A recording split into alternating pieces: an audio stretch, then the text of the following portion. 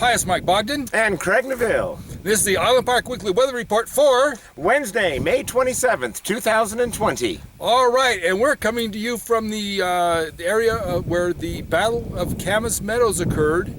That way, 8 miles. Yes, and that was in 1877, August, I do believe. You are correct. All right, and basically, let's talk a little bit about what happened, Craig. So originally, the Nez Perce Indians were being forced onto a reservation on the southeast corner of the state of Washington. And Chief Joseph and the other chiefs decided that they didn't want to be scrunched to a little reservation, so they fled. And because they fled, the cavalry decided that no, fleeing you cannot do, so they chased them, and they chased them all the way to Idaho. And they caught up to them one night over at Camas Meadows, at which time they stole all their mules and most of the cavalry's horses. That is correct. The Indians stole the cavalry. That's right. The Indians snuck up on them and left in the middle of the night with most of their animals. Yes. And the cavalry was not happy about that because they didn't have a way to pack all their stuff for all their men and everything. So they gave chase. And they caught them 8 miles to the east here at the Battle of the Frying Pan, which is basically a bunch of lava rocks and a little bit of trees and some grass and some sagebrush. But that's pretty much all it's here. But when they caught up to them, it did not go well. No, it did not. Apparently, the Indians or the Nez Perce were able to outbest General Howard and his cavalry. Even though they had more men. That's right. And they pinned them down in the open field just beyond here. And so they retreated into one of these little gullies like this right here.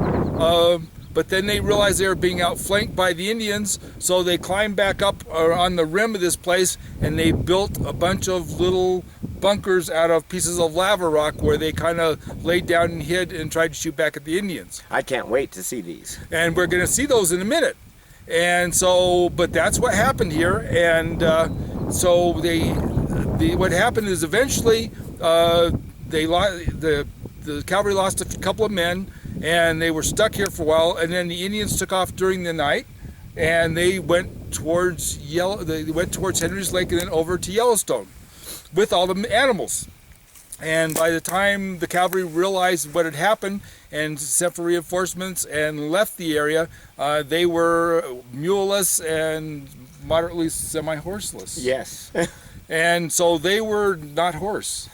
Or they had little horse sense. That's right. So anyway, so what happened is that the cavalry ended up marching to over to Henry's Lake, and they stayed there for a while General Howard went up to Virginia City, Montana, and looked for some mules, and he found a few that cost him a lot of money, and because there weren't a lot of spare mules to be had in that mining town. But that was and then they continued their chase of the Nez Perce, and Chief Joseph was trying to make it all the way up to Canada through to join with Sitting Bull. But he got intercepted just a few miles south of the border and then got turned back around, and eventually they sent the tribe to a reservation, and that ended that. But it did. But it was one of those things where for a while the Nez Perce were definitely on top of the situation, and the cavalry ended up walking. That's right, at least through here. Yeah, that's right. So we're going to take you through and show you a little bit of some of these parapets that they hid behind back in 1877, and if you can imagine, this is all the cover they had. So it was a bit of a there were some slim pickings. Let's go see them. Okay, here we go. There you go. Because that would be definitely they would be calling for more rocks. Yes. Quick, hurry, Craig! More rocks! More rocks! Yeah, right. Like you're gonna be able to find. 2 people built this one. Oh, there you go.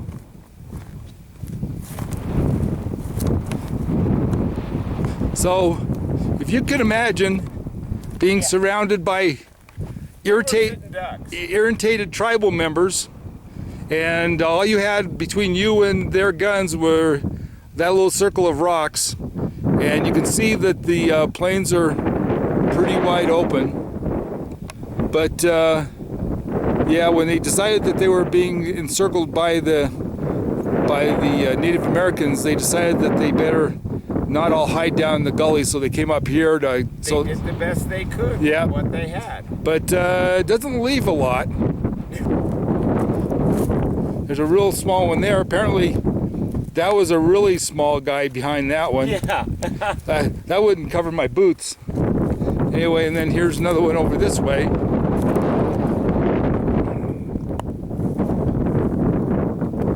Oh, life's getting a little better, but I see Craig still got his mask. Yes, makes me feel like a surgeon. A surgeon. That's one of those big fish that swim in the bottom of the river where you get caviar from. Sturgeon. Oh, Makes me feel like a sturgeon. yeah, there you go. Yeah, didn't Madonna sing about that one time? Oh, no, I was doing something. Yeah, no, that's like, oh, okay, all right, we won't touch that. Oh, that was Weird Al. Yeah. Like a surgeon. Like a surgeon, There yes. you go. There you go. Anyway, so let's talk about the weather right now. It currently is beautiful. It's about 70 degrees, I think. I'd probably, put it low 70s, maybe even mid 70s. And we've been having some rain kind of come in and out. And it looks like we're going to have a pretty consistent weather pattern for the next week. I think we're going to end up, the temperatures are going to build. Yes, they are.